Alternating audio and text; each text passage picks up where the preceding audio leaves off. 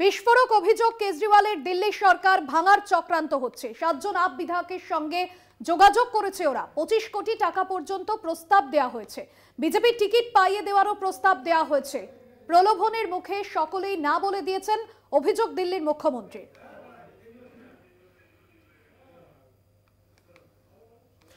হাইকোর্টে দুই বিচারপতির সংঘাত, আজ সুপ্রিম শুনানি। আজ সকাল 10:30টায় শুনানি ছিল। বিস্ফোরক অভিযোগ কেজরিওয়ালের দিল্লি সরকার ভাঙার চক্রান্ত হচ্ছে, যেখানে 7 জন আপ বিধায়কের সঙ্গে যোগাযোগ করেছে ওরা। 25 কোটি টাকা পর্যন্ত প্রস্তাব দেওয়া হয়েছে। বিজেপি টিকিট পাইয়ে দেওয়ার প্রস্তাব দেওয়া হয়েছে, এমনটাই কিন্তু বলা হচ্ছে। প্রলোভনের মুখে সকলেই না বলে দিয়েছেন। অভিযোগ করা হচ্ছে দিল্লির মুখ্যমন্ত্রী অরবিন্দ কেজরিওয়াল, তিনি এই অভিযোগ করেছেন। একেবারে অভিক, যে দিল্লির মুখ্যমন্ত্রী যে অভিযোগ করেছেন এবং সেই জায়গা থেকে যেমনটা তিনি বলছেন যে 25 কোটি টাকা পর্যন্ত প্রস্তাব দেওয়া হয়েছে, বিজেপি টিকিট পাইয়ে দেওয়ারও প্রস্তাব দেওয়া হয়েছে। প্রলোভনের মুখে সকলেই না বলে দিয়েছেন, এমনটাই অভিযোগ করছেন দিল্লির মুখ্যমন্ত্রী অরবিন্দ কেজরিওয়াল। একেবারেই সামনেই লোকসভা নির্বাচন ভাস্বতী, তার আগে এই ধরনের অভিযোগ করেছেন, তা কিন্তু অত্যন্ত গুরুত্বপূর্ণ এই মুহূর্তে দিল্লির রাজনীতিতে, যেখানে আমরা এই ধরনের অভিযোগ করতে দেখলাম। এবং বিস্ফোরক অভিযোগ করেছেন এই মুহূর্তে অরবিন্দ কেজরিওয়াল, তিনি সেই অভিযোগ করছেন ভাস্বতী, এবং সেই ছবি আমরা দেখাবো যেখানে বিস্ফোরক এই অভিযোগ করছেন অরবিন্দ কেজরিওয়াল। দিল্লি সরকার একেবারে বিস্ফোরক অভিযোগ কেজরিওয়ালের দিল্লি সরকার ভাঙার চক্রান্ত হচ্ছে। 7 জন আপ বিধায়কের সঙ্গে যোগাযোগ করেছে ওরা। 25 কোটি টাকা পর্যন্ত প্রস্তাব দেওয়া হয়েছে। সামনেই লোকসভা নির্বাচন এবং তার আগে দিল্লির মুখ্যমন্ত্রীর এই মন্তব্য, দিল্লি সরকার ভাঙার চক্রান্ত হচ্ছে। বিজেপির টিকিট পাইয়ে দেওয়ার প্রস্তাবও দেওয়া হয়েছে। প্রলোভনের মুখে সকলেই না বলে দিয়েছেন, অভিযোগ দিল্লির মুখ্যমন্ত্রী। সোশ্যাল মিডিয়ায় ইতিমধ্যেই পোস্ট করেছেন অরবিন্দ কেজরিওয়াল। পাশাপাশি আপের একাধিক নেতা, আপনাদের সামনে যে পোস্ট তুলে ধরছি, 7 জন আপ বিধায়কের সঙ্গে যোগাযোগ করেছে ওরা। 25 কোটি টাকা পর্যন্ত প্রস্তাব দেওয়া হয়েছে। সামনেই লোকসভা নির্বাচন, আর বিজেপির এ ধরনের কর্মকাণ্ড আর তা নিয়ে কিন্তু সরাসরি একেবারে পোস্ট করেছেন অরবিন্দ কেজরিওয়াল। পাশাপাশি সোশ্যাল মিডিয়ায় আপ নেতারা তারাও কিন্তু এই বিষয় নিয়ে পোস্ট করেছেন। বিজেপির বিরুদ্ধে অভিযোগ দিল্লির মুখ্যমন্ত্রীর।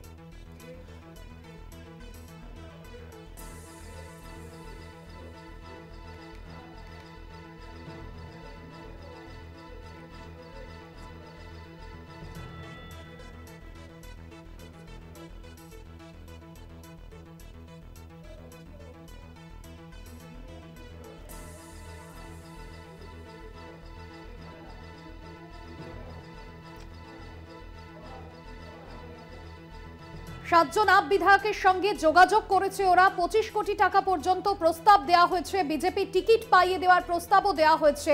প্রলোভনের মুখে সকলেই না বলে দিয়েছেন, এমনটাই অভিযোগ করেছেন দিল্লির মুখ্যমন্ত্রী অরবিন্দ কেজরিওয়াল। একেবারে এই ধরনের অভিযোগ আনা হচ্ছে এবং অরবিন্দ কেজরিওয়াল তিনি এই অভিযোগ করেছেন। ভাস্বতী, আমরা এই নিয়েই কথা বলবো। আমাদের সঙ্গে এই মুহূর্তে সরাসরি নিউজ রুম থেকে আমাদের সঙ্গে রয়েছেন আমাদের প্রতিনিধি দেবাশিস সেনগুপ্ত। দেবাশিস, 25 কোটি টাকা পর্যন্ত তাদেরকে প্রস্তাব দেওয়া হচ্ছে, বিজেপি টিকিট পাইয়ে দেওয়া হবে, এমনটাই কিন্তু অভিযোগ এনেছেন অরবিন্দ কেজরিওয়াল। এই মুহূর্তে লোকসভা নির্বাচন সামনে রয়েছে, তার আগে এই ধরনের অভিযোগ কতটা তাৎপর্যপূর্ণ এবং কি পরিস্থিতি এই মুহূর্তে সেখানে? দেখো, এই যথেষ্ট গুরুত্বপূর্ণ কেজরিওয়ালের এই সোশ্যাল মিডিয়ায় পোস্ট। কেন তিনি যে সোশ্যাল মিডিয়ায় পোস্ট যেমন করেছেন, তিনি পরিষ্কারভাবে জানিয়েছেন যে দিল্লির 7 জন বিধায়ককে 25 কোটি টাকা দিয়ে কেনা এবং তার পাশাপাশি গণতান্ত্রিক উপায় দিল্লি যখন মানুষ এই সরকারের অর্থাৎ আপের সরকারের পক্ষে আছে, সেই সরকারকে বিভিন্নভাবে ভাঙার চেষ্টা করেছে, অতীতেও ভাঙার চেষ্টা করেছে, আবারও ভাঙার চেষ্টা করছে। এবং যেটা অভিযোগ যে 7 জন বিধায়ককে 25 কোটি টাকা দিয়ে কেনার প্রস্তাব দেওয়া হয়েছে।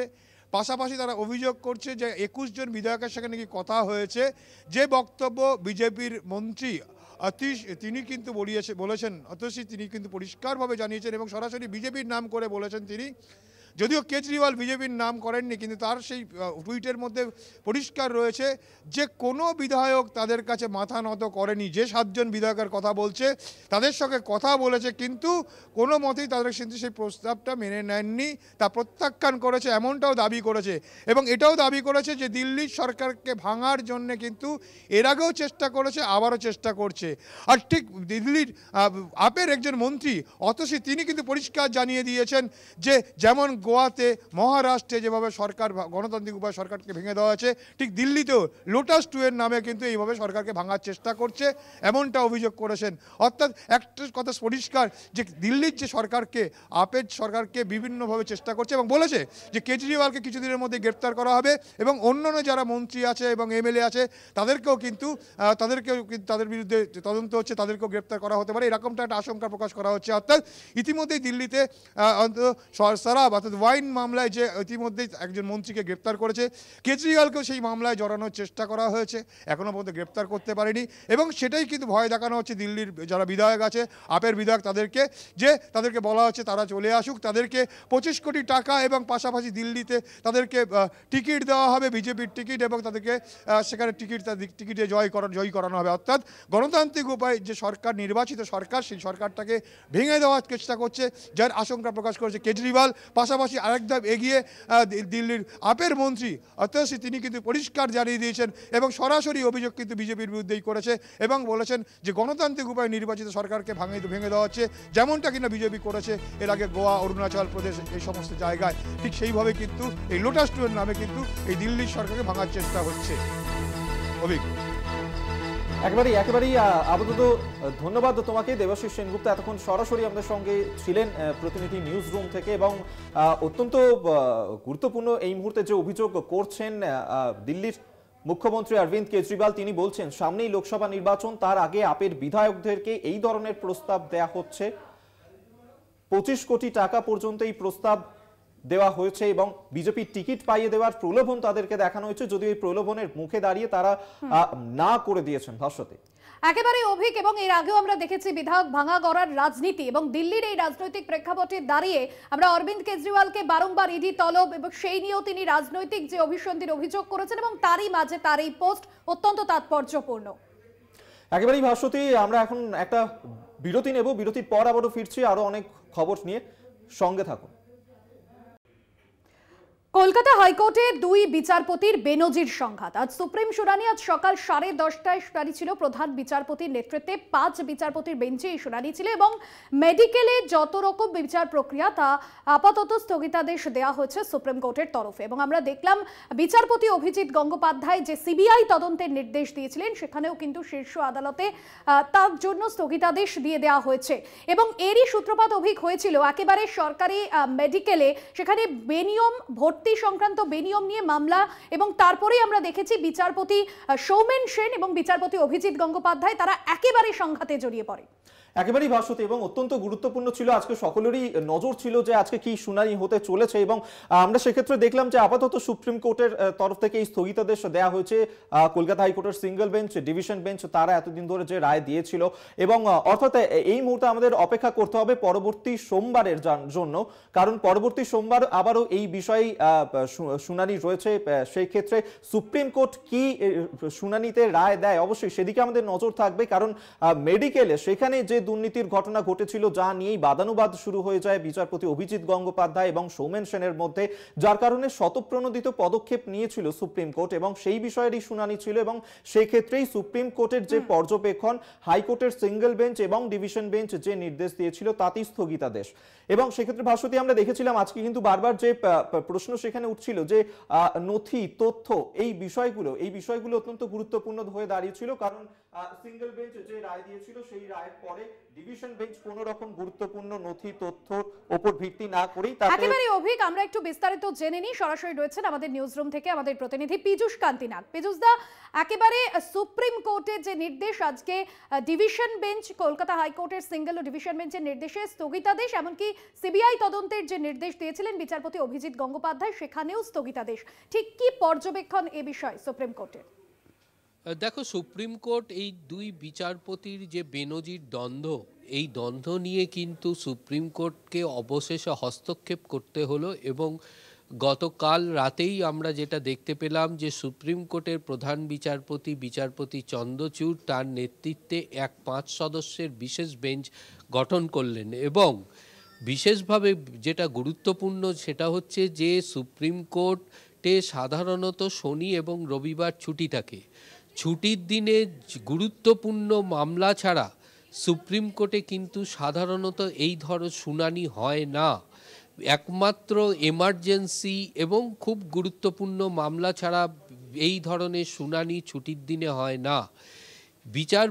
যেটা আইনজীবী মহল মনে করছে যে সুপ্রিম কোর্ট এই দুই বিচারপতির দ্বন্দ্বের বিষয়টি কিন্তু বিচার বিভাগের ওপরে একটা প্রভাব পড়তে পারে, সে কথা মাথায় রেখেই কিন্তু বিশেষভাবে গুরুত্ব দিয়েছে সুপ্রিম কোর্ট। এবং সুপ্রিম কোর্টে সেই গুরুত্ব দেবার ফলেই কিন্তু প্রধান বিচারপতি তড়িঘড়ি 5 সদস্যের একটি বিশেষ বেঞ্চ গঠন করে সেই মামলার শুনানি আজ ছুটির দিনই ধার্য করেছেন। এবং বেলা 10:30টায় 5 বিচারপতির বেঞ্চ যখন বসে, তারা কিন্তু প্রথমেই যে বিষয়টি সমস্ত আইনজীবীদের উদ্দেশ্যে জানিয়ে দেন যে কলকাতা হাইকোর্টে মেডিকেলের সংরক্ষিত আসনে ভর্তি সংক্রান্ত যে বিতর্কিত বিষয়গুলি উঠেছে, যে দুর্নীতি উঠে এসেছে, সেই সংরক্ষিত আসনের ভর্তি সংক্রান্ত যে বিচার প্রক্রিয়া, সেই সমস্ত বিচার প্রক্রিয়ার উপরে অন্তর্বর্তীকালীন স্থগিতাদেশ বজায় থাকবে। অর্থাৎ সুপ্রিম কোর্টে এই মামলার শুনানি, শতপ্রণোদিত মামলার শুনানি শেষ না হওয়া পর্যন্ত, অর্থাৎ ফাইনাল রায় না আসা পর্যন্ত এই স্থগিতাদেশ বজায় থাকবে। পাশাপাশি এই বিশেষ বেঞ্চ জানিয়ে দিয়েছে শতপ্রণোদিত মামলায় রাজ্য সরকার এবং কলকাতা হাইকোর্টে যে সমস্ত আবেদনকারী আবেদন জানিয়েছিলেন সেই আবেদনকারীদের নোটিশ জারি করতে। যদি সেই আবেদনকারীরা মনে করেন এই সুপ্রিম কোর্টের শতপ্রণোদিত মামলায় তারা অংশগ্রহণ করবেন বা সংযুক্ত হতে চান, তাহলে তারা এই মামলায় সংযুক্ত হতে পারেন। সেই নিরিখেই কিন্তু তাদের নোটিশ দেওয়ার নির্দেশ সুপ্রিম কোর্টের প্রধান বিচারপতির নেতৃত্বে এই 5 বিচারপতির বিশেষ বেঞ্চের।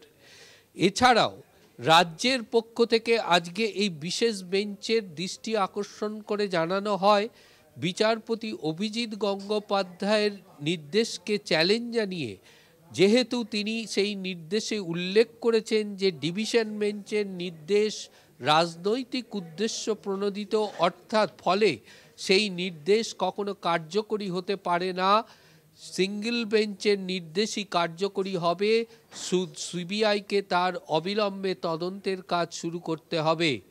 ফলে বিচারপতি অভিজিৎ গঙ্গোপাধ্যায় সেই নির্দেশকে চ্যালেঞ্জ জানিয়ে এই সুপ্রিম কোর্টে আবেদন জানিয়েছে, স্পেশাল লিভ পিটিশন ফাইল করেছে রাজ্য সরকার, যে মামলার শুনানিও কিন্তু হবে সুপ্রিম কোর্টে। অর্থাৎ সুপ্রিম কোর্টে এখন কলকাতা হাইকোর্টের এই মেডিকেলের সংরক্ষিত আসনের ভর্তি সংক্রান্ত বিষয় নিয়ে 2টি মামলা দায়ের হলো সুপ্রিম কোর্টে। একটি সুপ্রিম কোর্টের করা শতপ্রণোদিত মামলা, অপর একটি রাজ্য সরকারের করা স্পেশাল লিভ পিটিশন বিচারপতি অভিজিৎ গঙ্গোপাধ্যায়ের রায়কে চ্যালেঞ্জ জানিয়ে। মূলত যদি আমরা পেছনের দিকে তাকাই, কেন এই সুপ্রিম কোর্টকে হস্তক্ষেপ করতে হলো, একেবারেই পীযূষ, অবশ্যই বোঝা যাচ্ছে, অবশ্যই অত্যন্ত গুরুত্বপূর্ণ আজকের এই নির্দেশ, অবশ্যই সেদিকে নজর থাকবে। আপাতত ধন্যবাদ তোমাকে। তবে সুপ্রিম কোর্ট আজকে এই যে নির্দেশ দিয়েছে এবং পরবর্তী সোমবার শুনানি রয়েছে, এই বিষয়ে আমরা কথা বলেছিলাম বিশিষ্ট আইনজীবী কৌস্তব বাগচির সঙ্গে। তিনি টেলিফোনে আমাদেরকে কি জানিয়েছেন শোনাবো আপনাদের। বিষয়টা কিছু বলবো না, supreme court in it's wisdom মামলায় স্টে দিয়েছে, সেটা সম্পূর্ণ তাদের চিন্তা ভাবনার বিষয়। কিন্তু যেটা ইম্পর্টেন্ট সেটা হচ্ছে যে অভিযোগগুলো একজন বিচারপতি আরেকজন বিচারপতির দিকে ইঙ্গিত করে করেছেন, ভয়ঙ্কর অভিযোগ, হাইহিম করে যাওয়ার মতন একটা অভিযোগ। আমরা যারা জুডিশিয়ারির পার্ট অ্যান্ড পার্সন তাদের ক্ষেত্রে এই বিষয়গুলো, যদি এই কথাগুলো সত্যি হয়ে থাকে, খুব ভয়ঙ্কর, মানে জুডিশিয়ারির রাজনীতিকরণ ভাবা যায় না। যাই হোক, বি দ্যাট অ্যাজ ইট মে, আমরা যারা এই জুডিশিয়ারির সাথে যুক্ত সবার কাছে বিষয়টা খুব একটা ব্ল্যাক ডে হিসেবে থাকবে বা একটা কালো অধ্যায় হিসেবে থাকবে। ভাস্বতী, সামনেই লোকসভা নির্বাচন, তার আগে বিহারের রাজনীতিতে এই মুহূর্তে নজর রাখা যাক, কারণ অত্যন্ত টালমাটাল অবস্থা এই মুহূর্তের বিহারের রাজনীতিতে। ভাস্বতী, বিহারে একটা স্লোগান সেখানে প্রচার রয়েছে যে জিসকো ऐसा कोई सगा नहीं जिसको नीतीश ने ठगा नहीं। দীর্ঘ 11 বছরের যে টানাপোড়েন, এবং সেই 11 বছরে আমরা দেখেছি যে 5 বার ইতিমধ্যেই কিন্তু দলবদল করেছেন এই নীতিশ কুমার, জেডিইউ সুপ্রিমো, এবং ফের একবার সেই প্রশ্নই কিন্তু ঘুরপাক খাচ্ছে এই মুহূর্তে বিহারের রাজনীতিতে। তিনি কি ফের একবার সেখান থেকে সরে যেতে পারেন, যার কারণে এই মুহূর্তে ইন্ডিয়া জোট সেটা নিয়েও একটা এই মুহূর্তে দ্বন্দ্ব তৈরি হয়েছে? কারণ আমরা ভাস্বতী প্রথমে দেখেছিলাম বিগত 1.5 বছর আগে এই যে ইন্ডিয়া জোট গঠনের পিছনে নীতিশ কুমার, তার কিন্তু একটা বড় ভূমিকা ছিল, তিনি কিন্তু প্রথম উদ্যোগটা নিয়েছিলেন। কিন্তু এই মুহূর্তে তিনি আবারও ফিরে যেতে চলেছেন এনডিএ শিবিরে, এমনটাই কিন্তু এখনো পর্যন্ত মনে করা হচ্ছে। যদিও নীতিশ কুমার তিনি নিজের অবস্থান এখনো পর্যন্ত স্পষ্ট করেননি, বিভ্রান্ত তৈরি হয়েছে এই মুহূর্তে রাজনৈতিক মহলে। সেক্ষেত্রে আরজেডি থেকে শুরু করে কংগ্রেস নেতৃত্ব, এমনকি বিজেপি, তারাও চাইছে যাতে খুব শীঘ্রই নীতিশ কুমার তিনি যেন এই বিষয়ে নিজের যে অবস্থান স্পষ্ট করেন। লোকসভা নির্বাচনের আগে ইন্ডিয়া জোটের সমীকরণ ঠিক কোথায় দাঁড়িয়ে রাজনৈতিক মহলে এই প্রশ্ন ঘুরপাক খাচ্ছে। বাংলায় তৃণমূল একাই লড়বে, সাফ জানিয়েছেন মমতা বন্দ্যোপাধ্যায়। এবার বিহারের রাজনৈতিক সমীকরণেও পালা বদলের আশঙ্কা। নীতিশ বিজেপির হাত ধরলে ইন্ডিয়া জোটে কি বড় ধাক্কা? নীতিশ গেলে তেজস্বীদের কাজ করতে সুবিধা হবে, মত মমতার। লোকসভা ভোটের তোড়জোড় শুরু, বিজেপির বিরুদ্ধে এককাট্টা লড়তে প্রস্তুতি নিচ্ছে ইন্ডিয়া জোট। এই রকম সময়ে বিহারের রাজনীতিতে বড়সড় পালা বদলের ইঙ্গিত। নীতিশ কি বিজেপির হাত ধরবেন? এই প্রশ্নেই বিহারের রাজনৈতিক অস্থিরতার চরমে। নীতিশকে নিয়ে জল ঘোলার মধ্যেই জেডিইউ নিয়ে তৃণমূলের অবস্থান স্পষ্ট করলেন মমতা বন্দ্যোপাধ্যায়। নীতিশ বিজেপির হাত ধরলে কি ইন্ডিয়া জোটে বড় ধাক্কা? ইন্ডিয়া জোটের অন্যতম শরিক মমতা বলছেন না। নীতিশের পালা বদলে জোটে ধাক্কা। নীতিশ গেলে জোটে কোনো প্রভাব পড়বে না। বিহারে জনপ্রিয়তা হারাচ্ছেন নীতিশ। নীতিশ গেলে তেজস্বীদের কাজ করতে সুবিধা হবে। মমতা আগেই জানিয়ে দিয়েছেন বাংলায় তৃণমূল একাই লড়বে। আমার সাথে কোনো সম্পর্ক নেই বাংলার ব্যাপারে। অল ইন্ডিয়ায় কী করবো না করবো আপনার ইলেকশন ভাববো। আমরা সেকুলার পার্টি, আমরা বিজেপিকে হারানোর জন্য যা করার, কিন্তু এখন কোনো চর্চা নেই, মিথ্যে কথা, অ্যাবসলিউটলি রং। শনিবার প্রজাতন্ত্র দিবসের অনুষ্ঠানে গিয়ে রাজভবন থেকে তিনি আরও জানান, মল্লিকার্জুন খার্গে কোনো ফোন করেননি। মাথায় চোটের বিষয় জানতে প্রিয়াঙ্কা ও সোনিয়া গান্ধী টেক্সট করেছিলেন। 28শে জানুয়ারি শিলিগুড়ি থেকে ফের শুরু হবে রাহুলের ন্যায় যাত্রা। তার আগে নীতিশ বিজেপির হাত ধরলে জোট নিয়ে টালমাটাল পরিস্থিতি তৈরি হবে। বাংলাতেও জোটের ভবিষ্যৎ বিষ পাও চলে, কেননা তৃণমূলকে লাগাতার নিশানা করে চলেছেন অধীর চৌধুরী। পশ্চিমবঙ্গে ঢোকার পর সেখানে প্রশাসনের কাছ থেকে যে সহযোগিতা আমরা আশা করেছিলাম, প্রশাসনের কাছ থেকে সেই সহযোগিতা আমরা পাচ্ছি না। শুরুতেই রাস্তার বাঁদিকে আমাদের স্টেজ করার কথা, বাঁদিকে করার পরিবর্তে ডান দিকে করতে হলো প্রশাসনের হস্তক্ষেপে।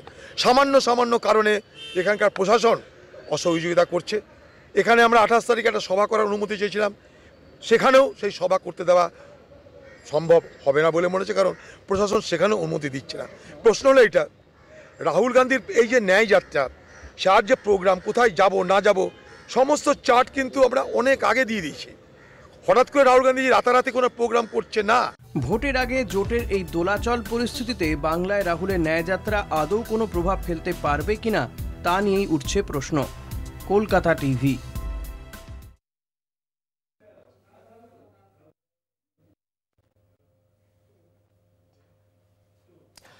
এখনকার মতন আরো বারো এখানেই শেষ করছি। দেখতে থাকুন কলকাতা টিভি। একেবারেই দেখতে থাকুন কলকাতা টিভি, রাত দিন 7 দিন।